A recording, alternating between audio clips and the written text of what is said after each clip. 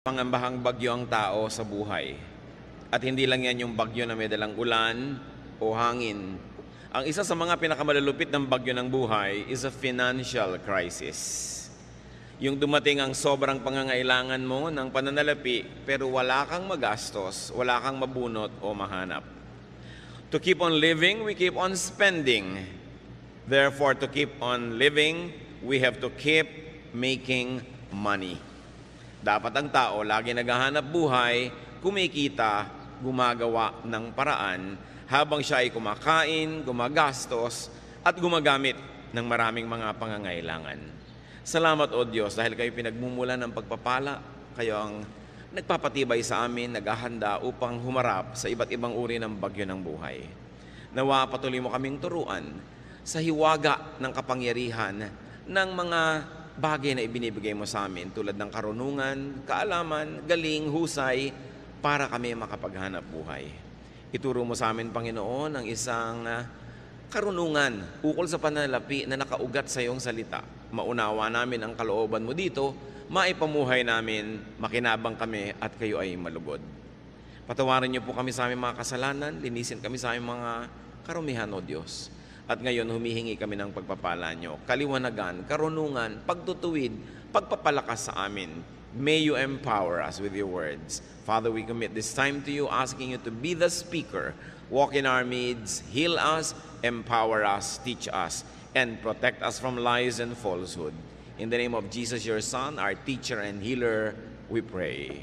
Amen. Keep making money. Dapat ba yung pinag-uusapan ng mga mananampalataya? Dapat. Sabi po ng pinakamarunong na lalaki sa balat ng lupa, si Solomon, sa Ecclesiastes 10:19, money is the answer for everything. Maaaring isang pagmamalabis or exaggeration, but of course, very, very true. Napakaraming mga pangangailangan, suliranin na natutugunan, nasasagot, nalulutas ng pananalapi. It is not money, but ungodly love for money that is condemned in Scripture. Hindi galit ang Biblia sa pera, ang galit ng Biblia ay sa pag-ibig sa pera na nagiging bunga para or dahilan para tumalikod ang tao sa Diyos at sa kanyang kapwa. Spirituality should not deny money nor money making because money buys many good things and money enables us to maximize the benefits of life. Godly people are to be fruitful money makers and money multipliers. Sa katuroan mismo ng Panginoong Hesus ay napakalinaw niyan. Nung meron siyang pinagkatiwalaan ng mga puhunan, binigyan niya ng iba-ibang dami ng puhunan at yung nakapagpatubo at nakapagparami sa puhunan ay kanyang kinalugdan at yung mga walang nagawa at hindi nakapagparami sa ibinigay, binawian pa niya. Matthew 25:28-29.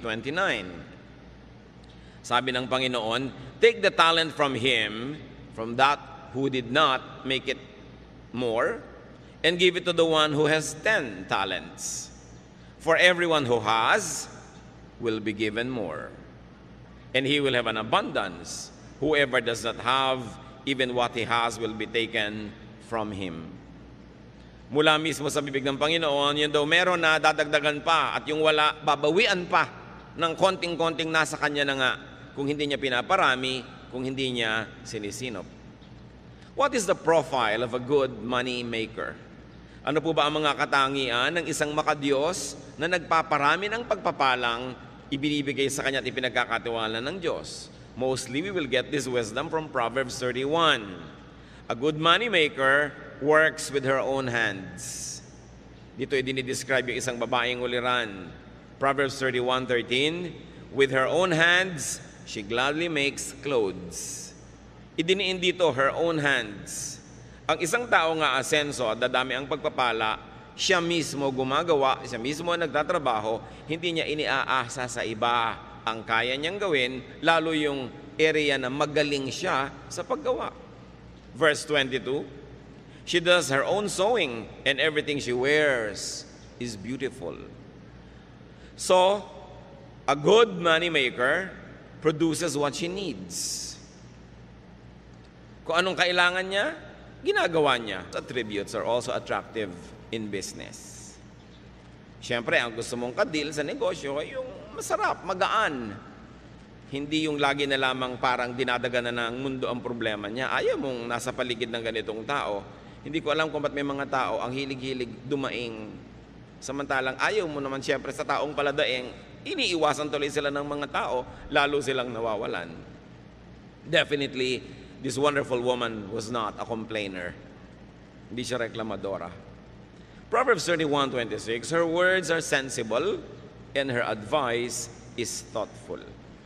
If you're going to attract income, if you're going to attract business, if you're going to attract good things into your life, you must have good sense, intelligence, and sound advice comes from you. Kasi magandang dagdag yun sa pagkatao. Sino ka ba naman para iwasan ng isang kanegosyo, kasosyo, o kaya binibilhan mo o binebentahan mo na bukod sa maganda ang produkto, maganda pa ang pagkatao at magaan kasama, masarap makita. Kaya lalong nilalapitan ng grasya.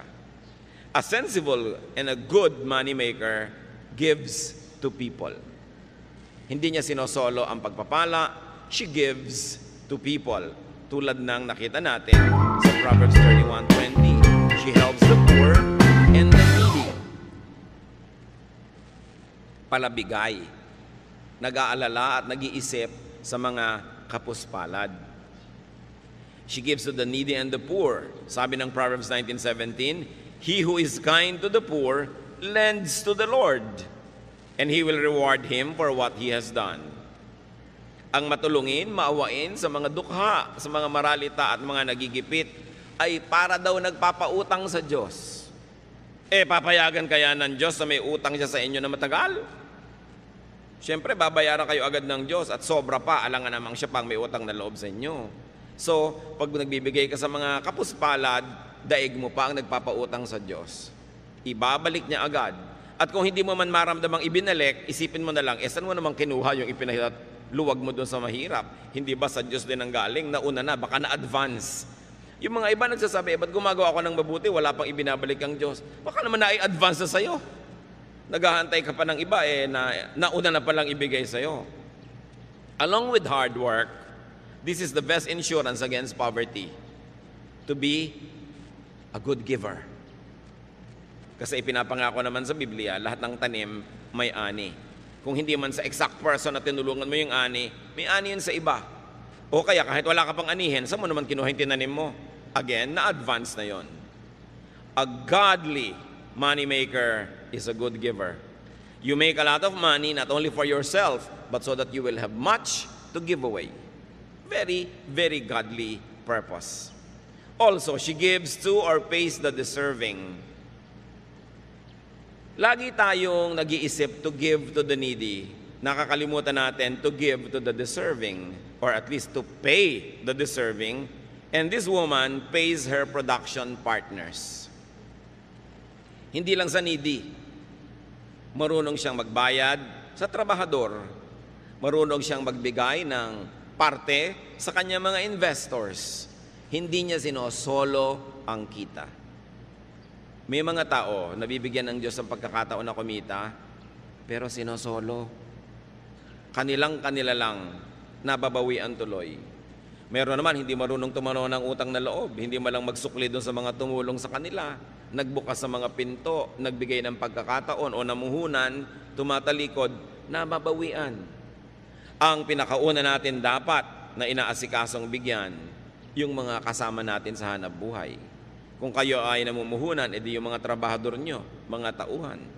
Deuteronomy 24:15, tungkol sa pagbabayad ng trabaho, pay him his wages each day before sunset, because he is poor and he is counting on it. Otherwise, he may cry to the Lord against you, and you will be guilty of sin. Pag pinagtrabahuhan na, bayaran na. Lalo at arawan yung manggagawa o lingguhan, huwag nang pinapatagal pa. Nakita nyo ang kawawang si Sisa sa Noli Me Tangere? Nagpuyat para manahe, nung kanyang i-deliver, hindi nagbayad ang donya, saka na lang daw, dahil ayaw niyang bumangon mula sa silyon. Samantalang napagtrabahuhan na ng tao. Galit ang Diyos sa mga namumuhunan na hindi nagbabayad agad sa kanyang mga trabahador. James 5:4, look, the wages you failed to pay the workmen who mowed your fields are crying out against you. The cries of the harvesters have reached the ears of the Lord Almighty. Ganoon, ang mga daing ng mga kapuspalad na nagtrabaho na hindi pa binabayaran, nakararating sa langit at sila ibinabawi ng Diyos. Ang mahusay maghanap buhay, mahusay magbayad ng kanyang mga trabahador. Mahusay din siyang magbigay ng parte sa kanyang mga investors. Mahusay siyang magbigay ng produkto sa kanyang mga customer. Lahat nakikinabang pag sa kanya nakikipangalakal. Kaya binabalik-balikan siya, kinakawilihan, lalong yumayaman. Hindi yung mga one-shot deal lang na nang dedenggoy ng kapwa, iniisahan nila yung kapwa, tuwang-tuwa sila, pero wala nang babalik. At siyempre kakalat yung balita, at kung hindi man, wala bang Diyos na nakatunghay sa lahat ng ating transaksyon? Ang mahusay maghanap buhay, lalo't namumuhunan, lets her workers rest. Pinagpapahingan niya ang kanyang mga manggagawa, hindi lang ito para mga makina. Exodus 20 verse 10, on the seventh day you shall not do any work, nor your manservant or your maidservant. Ito lang ang commandment na talaga namang napaka-thoughtful sa mga manggagawa. Pinagbabawalan yung mga among magtrabaho pagka araw ng pangiling. Bakit? Siguradong pag nagtrabaho sila, madadamay ang mga tauhan nila lahat. Alam nga naman nagpapahinga yung tauhan. Tapos yung boss nagtatrabaho. So pinagbawalan ng mga boss magtrabaho at idiniin at nilinaw. Pati ang inyong mga katulong, mga kasamahan, manggagawa, huwag nyo silang pagagawin. Ibig sabihin, bibigyan sila ng 1 day of rest in 7 days of work. So 6 days of work must be broken by a 7th day of rest. It's a command with the working class in mind. Napakabait ng Diyos. Marami pong mga nilikhang mga Diyos at Diyos-Diyosan ng iba't ibang mga kabihasnan, makamayaman lang. Puro mga pang-uuto at panggigipit sa mahihirap ang katuruan ng relihiyon. Pero itong Diyos na ito na gumawa ng 10 Commandments, mahal niya ang mga manggagawa. Tiniyak niya na kasama sa pinakamataas niyang mga kautusan ang pahinga ng mga manggagawa. So kung may mga masisipag tayong mga money makers, mga kapatid, lalo't kamag-anak nyo ito, kaibigan, huwag dalain. Huwag naman nating dadalain ang palabigay kung kayo yung manggagawa, binibigyan kayo ng pahinga, kinabukasan, absent pa. Abuso na yon. Huwag nating aabusuhin yung mapagbigay. Binigyan ka na, sabi nga ng matatanda, na ilubog ang kamao, ilulubog hanggang siko. Aabusuhin ang mapagbigay. Pagsasamantalahan naman ng mabait, ang nangyayari tuloy, yung mga may mabubuting puso na dadala, tumitigas na rin ang puso. Yung mga iba na kapwa natin mahirap, nagrereklamo, yung daw mayayaman, mga mata pobre. Paano? Defensive na yung iba. Pag sobra silang bait at palangite, wala nang ginawa ang mga tao kundi bumali, o umutang, o humingi, o dumaing. Kaya tuloy kahit mabait, nagtitigas-tigasan ng loob sa takot na mapagsamantalahan ng kapwa. Kung tayo lang sana ay hindi mapangabuso, we will encourage each other to be more open, to be kinder, to be nicer. But people are sometimes obligated to be defensive. Gustong magpahiram sa'yo, pero ilang beses mo nang sinuba. So paano magpapahiram pang muli? Hinihigpitan tuloy ang kanyang dati ay kaluwagan. A good money maker gives to God.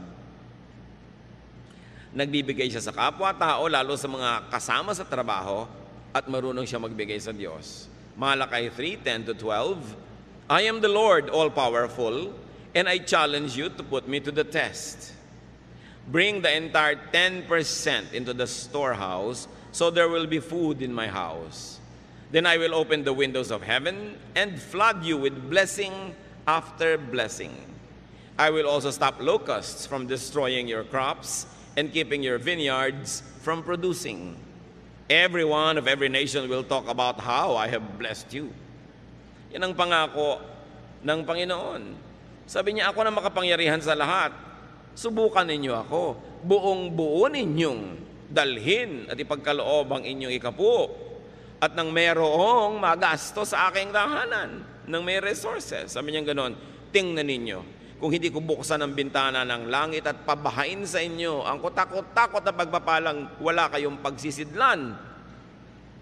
Sabi sa mga nagtatanim at nag-aagrikultura, hindi ko papayagang sirain ang mga kulisap ang inyong mga tanim. Pabubungahin ko ang inyong mga itinanim at hindi ko hayaang malaglag ang mga bunga nito nang wala pa sa panahon. Pag-uusapan kayo ng lahat, pagtatakahan kung bakit blessed na blessed kayo. Pero ito lang ang sikreto, sabi ni Yahweh, give the entire 10% into the storehouse. Siyempre, may mga nagtuturo namang Old Testament na yan, hindi na yan uso. Pero ang dami-dami mga batas at kautosan sa Old Testament na pinaiiral din nila. So pinipili. Kung ayaw lang talaga, ayaw. No? Pero pag gustong sumunod, gusto. At yan ang isang sikretong bunyag naman. Sabi sa Luke 6:38, give and it will be given to you. A good measure, pressed down, shaken together, and running over will be poured into your lap. For with the measure you use, it will be measured to you. Ang ginawa ditong example ay yung pagsusukat at pagtatakal ng mga binhi, mga buto na kumbaga bigas natin, trigo nila, mga grains yan, mga butil-butil. Pag bumibili ka, pag magaling ang pulso nung nagtitinda, ang galing-galing niya maglagay ng mga grains na yan, doon sa takalan, doon sa salop, maluwag pala, maraming air spaces between. Kaya pag tinagtik mo ng tinigtik yun, lulubog ng lulubog. Hindi pa pala puno talaga. Pero sabi ng Panginoon, magbigay kayo at ganun din kayo bibigyan. Tama ang sukat. Tiniktik, niliglig, siniksik. Hindi dinaan sa bilis. Halos daganan pa, tapakan para talagang lumubog. At tapos yung natitirang nakulang na naman, pupunuin na naman. At sabi, hindi lang yon, umaapaw pa. Ganun ang sukat. Tapos malinaw ito mga kapatid ha, for with the measure you use, it will be measured to you. Gusto nyo pala ganun, siksik, niliglig, umaapaw ang bigay sa inyo ng Diyos, ganun din ang pagbibigay sa Kanya. A good money maker is a good money giver. Because the very spiritual dynamics of receiving is for us to have much more so that we can also give to others, to people, and to the works of God. What is the lifestyle of a godly money maker? Pag makadiyos, pinagpapala, lumilikha ng maraming mga kayamanan, anong uri ng pamumuhay mayroon siya? Sabi sa Proverbs 15:6, the house of the righteous contains great treasure. Malinaw. Pag nalulugod sa iyo ang Diyos, masipag ka, naghahanap buhay ka, at matuwid ang iyong puso, mapupuno ang bahay mo ng maraming mga kayamanan. Magagandang mga bagay na minamasama naman ng mga hindi kumikita. Many people who do not make enough demonize a hardworking and a godly planter for his good harvest. May mga Kristiyanong na-offend pag may mayayamang mga Kristiyano na nagbabakasyon ng first class, sumasakay ng first class, gumagastos ng first class. Sinabi na nga, kung righteous ka at marunong ka maghanap buhay, your house will contain great treasure. Hindi dapat yan ika-offend ng mga walang-wala. Madalas yung offense rin, inggit no? Huwag natin na sina-sour grape. Yung parang isa kang bear, meron kang pinipitas na grape, hindi mo maabot, at dahil hindi mo maabot-abot, sabi mo, maasim naman yan, wag na lang. Yung pinagmula nung kasabihan na sour grape. So yung mga hindi yung mayaman, pinapasama nila yung kayamanan. Masama yung mayaman, ayoko maging mayaman. Tapos saan kaya makautang dito? Ang dami ko nakikitang Kristiyanong ganyan ang aarte, parang ayaw yumaman, ayaw ng pera. Wala namang ginawa kundi magdilihensya. No? Yung huwag tayo mag-inarte. Gusto natin ng kayamanan. Ngayon, kung ayaw nyo maging masama, edi ipamigay nyo. O kaya huwag nyong kitain sa masama. Pero mabuting maraming kinikita, ayaw mo manggastahin, may ipamimigay ka. Nakakasama ng loob yung may lumalapit sa'yo, nangangailangan, wala ka malang mayabot. So make a lot of money. What is the lifestyle of a godly money maker? She is comfortable, secure, and cheerful. Proverbs 31:21, her family has warm clothing, and she doesn't worry when it snows. Pag dumadating yung taglamig, lalo doon sa Israel na may yelo, may snow sa ibang bahagi, siyempre walang inimpok, ninenervyos. Wala kang pagkain sa bahay, tas may bagyo. Sasabi, babagyo, 3 araw, 5 araw, wala kang bigas, nakakanervyos talaga yun. Diba? Pero sabi, itong kinalulugdan, masipag, matyaga, mahusay ang mga style, Wala siyang pinapangamba ano man yung weather. Ngayon, bago tayo malito mga kapatid, may mga makadiyos, masipag, wala pa rin pera. No? Dapat nating isipin kung bakit. Bakit? Kung makadiyos ako, masipag ako, bakit wala pa rin ako? Kasi kadalasan yung pinagsisipagan natin, kahit 1,000 taong ka magtrabaho doon, hindi ka naman talaga aasenso dahil sobrang liit ng kita doon. So you don't only work hard, you have to work smart. Titingnan mo, ito bang nakalagyan ko na ito na trabaho or profesyon, maahahango ako sa buhay kung masipag ako? Kung wala kayong nakikitang pag-asa, dead end yun, dapat lumipat kayo na ibang magagawa sa buhay, be more creative, create more, kasi maraming Pilipino masipag talaga. Pero yung pinagsisipagan nila parang dead end. Parang wala namang makikita kang asenso dun sa lugar na yun, maliban na lang maging creative sila and reinvent the profession or reinvent their style to make more money. Proverbs 31:25, this godly businesswoman, she is cheerful about the future. Yun yung pinag-usapan natin, she can laugh at the days to come. Sino ba ang pwedeng tumingin sa kinabukasan na may kasamang ngiti? E di yung may ipon, lalo naman yung may ipon na patuloy pa rin kumikita. At ito ang challenge sa ating OFW phenomenon. Maraming kumikita, mababasa nyo sa dyaryo, buwan-buwan, bilyon na dolyar ang pumapasok sa Pilipinas. Pero marami naman sa ating mga OFW, matanggal sa trabaho o umuwi, after 6 months, gutom na naman. Paano marami doon sa pamilya, walang inatupag kundi gumasta. To consume and consume and consume. Remember this Proverbs 31 lady? She buys a piece of land to use it in agriculture. Para may kitain. Hindi yung bibili ka agad ng kotse. Pag may kotse ka, puro gasolina yan. Anong kita mo dyan? Puro gastos. Pag bumili ka agad ng bahay, edi gastos din yon. Lalo't inutang mo pa. Hindi isipin, paano kaya tayo mamumuhunan para tayo kumita, para kung umuwi na si OFW, patuloy pa rin tayo yung kikita, hindi nakaasa tayo ng nakaasa sa sweldo, agad na agad, hindi pa nga kinikita, nauutang na, dahil walang ginawa ang pamilya, kundi mag-consume, consume, consume. We must produce. Lagi ko na lang sinasabi yung proverbial kawali and kalan. Bumili ka lang ng isang kawali at isang kalan na debomba. Bumili ka ng isang piling na saba, lagyan mo ng konting asukal, iprito mo, banana Q. Yung kanina ay 50 pesos mo, maglingkod kayo, huwag kayong manghingi. Ang nanghihingi lang yung sobrang matanda, sobrang bata o may sakit.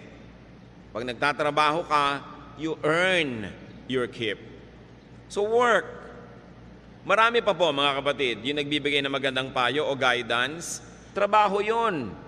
Kayo naman nagpa-counsel, huwag kayong magmaang-maangan, magregalo naman kayo sa counselor. No? Pag bumupunta nga kayo sa psychiatrist, ang mahal-mahal ng bayad nyo. Pagka mga pastor yun nagka-counsel, TY. No? Samantalang binuntunan mo na takot-takot na problema, hiningahan, nagpadalangin ka pa, nag-fasting pa para sa iyong tao. Samantalang ni isa man lang chiko, wala kang dala. Kayo nga nagpapa-counsel, huwag kayong dumadating ng wala ni bit-bit ni ano. Di ba dahil kuminsan yung counselor nyo, sumasama na rin ang loob dahil iniisip niya, hindi man lang ako naaalala, hindi man lang ako naiisip, parang baliwala ang ginagawa ko. Kailangan thoughtful kayo. Yung mga tao nagbibigay sa inyo ng inspiration, encouragement, even entertainment or companionship, dapat may sukli. So kung halimbawa, wala talaga kayong kapera-pera, meron naman kayong may kayang kamag-anak, sabihin niyo, o ano, gusto mo ba samahan kita sa mga biyahe mo para hindi ka nag-iisa, hindi ka naiinip, may taga-abot sa iyo ng kortal, pag masakit ang ulo mo. So, merong kapalit. Hindi ka lang hingi ng hingi. Maraming tao po gumagawa sa atin ng mabuti, lagi tayong ipinapanalangin. Currency yun, dapat suklian nyo rin sila. Papray ka ng papray, tas wala ka malang binibigay ni ano. Diba? Pag-pray nyo ko, lahat na lang ng problema mo, itatambak mo, ite-text mo, i-email mo. Tas wala ka man lang maibigay ni Guyabano. Kailangan marunong ka kasi laging exchange ang buhay. Marami po sa atin nagdarahop kasi hindi tayo marunong magbayad. Kuha lang tayo ng kuha. Ayaw ng Diyos doon eh. Gusto niya laging marunong tayo magpalit. Kaya kuminsan sa atin nagtataka tayo, ano kaya ang dahilan ba't ang hirap ko? Baka kasi lahat din ng taong nadadapuan mo, pinaghihirap mo. Kaya bumabalik sa iyo yan. Hindi ka blessing. sa mga tao. Kahit wala kang kapera-pera, may magagawa ka para sa isang tao. Nung magpupunta po ako sa bahay nyo, sa shining ko lahat ng sapatos nyo dahil puro yata mga gasgas na yung mga sapatos nyo. O di may blessing kang nagawa sa tao. Hindi yung hihingi ka lang. Kahit kamag-anak mo, kahit kuya mo, kahit bayaw mo, nanay mo, tatay mo, meron ka dapat ipalit. Lagi. Hindi mo siya binibili. Gusto ng Diyos, nagpapalit tayo. Nagsusukli. Para kinakatuwaan ka at pag natuwa sa'yo, bukas, maaalala ka na naman niya. Hindi pag nakikita ka na allergic yung tao, pinapantal. No? Dahil daig mo pa talaga ang allergy. Pag dumadapo ka sa tao, nahihirapan siya. You know, you can never run out of money or currency or barter goods. Magaling ka magluto. Bakit hindi ka mag-offer? Ipagluluto mo yung isang ginang na laging busy. O lulutuin mo sa bahay mo, de-deliver mo na lang sa bahay niya. Tapos, ang bayad sa'yo, o 1/4 ng niluto mo, di libre na yung pagkain yung pamilya. Hindi lagi kang nakatunganga. Ang daming nakatunganga sa bayan na ito. Kaya nagtataka pa na bakit mahirap yung bayan. Ang dami talaga nakatunganga. Hindi ka mawawalan, kapatid, ng pambayad o panukli o pambigay kung willing ka lang. Lagi tayong merong pwedeng ipalit. And remember, you could never be fruitless or useless, unemployed or idle if only you would decide to always make money.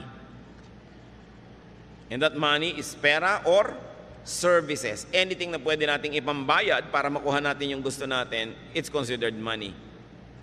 Ngayon, nasa katanghalian, tapat kayo na inyong buhay, malakas ang kita nyo, take advantage of your best season. Para mga artista, may panahon na sikat, hot na hot property talaga, kita dito, kita doon. Pag hindi nag-ipon, pag hindi nag-invest, kawawa naman pag lumalaos na. Dumadating yung tanghaling tapat ng buhay natin. Dumadating din yung 1:00, 2:00, 3:00 ng hapon, 5:00, 5:45, marapit na mag-orasyon. No? Dumadating yan. Dapat handa ka dyan. Dahil hindi naman surprise. Dahil darating talaga yan. So earn the most, invest the most, save the most. Sabi sa Proverbs, look at the ant. Yun daw langgam. Marunong magtrabaho. Pag panahon ng tag-ani at tag-araw, kolekta ng lahat ng maiuwi. Kasi darating ang tag-ulan na hindi na niya magagawa yon. So always ask yourself, ano ba ang mapagkakakitaan dito? Dapat gawin natin yun na pananaw. Maglaro kayo ng sungka. Sa mga naglalaro pa ng sungka, hindi ba lagi dapat may sube? O ayan, magsusubi ka, tsyuk, naglagay ka sa bahay mo. Hindi yung pwedeng ikot ka lang ng ikot, wala ka inilalagay dun sa bahay. O, sube, ganun. Para meron kang naitatabi. Alam nyo, sabi na isang may doktorado sa anthropology, yung sungka daw, ang sinaunang computer ng mga Pilipino. Talagang taga-compute. May nagsasabi pa na yung abacus daw ng China, apo lang ng sungkahan. At meron pang nagpapatotoo na only in the recent past, maraming mga tindera sa probinsya gumagamit ng sungka pang compute ng mga sukle at bayad. Ang mga sinaunang Pilipino po ay mga negosyante. Hindi sila katulad ng mga sinasabi ng ibang ngayon na mga tamad daw. Mga negosyante, mga importer and exporter. At very good ang credit standing. Alam natin yung napakarami mga sasakyang dagat galing China at galing sa ibang bansa na dumarating dito para makipangalakal sa ating mga ninuno. At ang ating counting system, very elaborate, ha? Sa bawat isang zero, meron tayo dinadagdag na salitang po, 10, 20, 30, di ba? Dagdagan nyo pa ng isang zero, 100, 100, 200, 300. Isa pang zero, 1,000. Dagdagan nyo pa na isa pang zero, 10,000 na yon, laksa. May salita tayo dyan, laksa. Ang Greek culture, ang Hebrew culture, ang maraming cultures hanggang 10,000 lang ang bilang. Pero sa Tagalog, meron tayong 100,000, yuta. Meron tayong 1,000,000, angaw. At meron tayong 10 million, kati. Meron tayong 100 million, baha.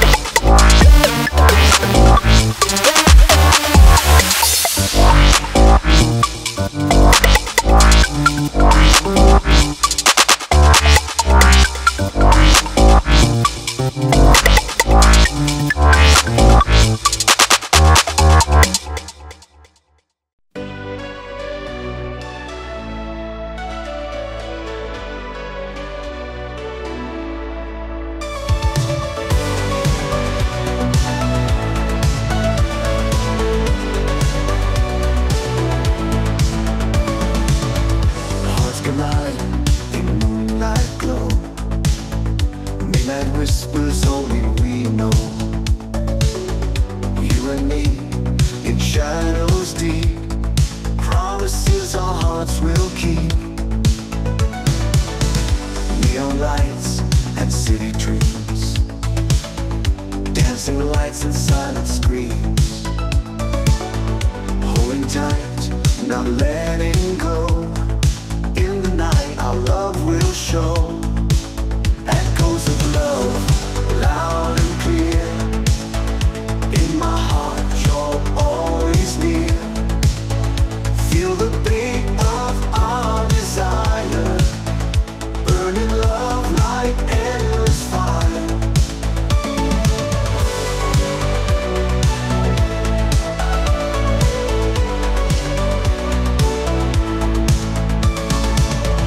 Waves crash under summer skies, love reflected in your eyes. Holding hands, we chase the stars, dreaming big no matter far. Oh, our hearts, they beat as one, in this night till dreams are done. Lost in love, our spirits soar. Keep me close forevermore. Echoes of love, loud and clear. In my heart, you're always near. Feel the beat of our desire, burning love like endless fire.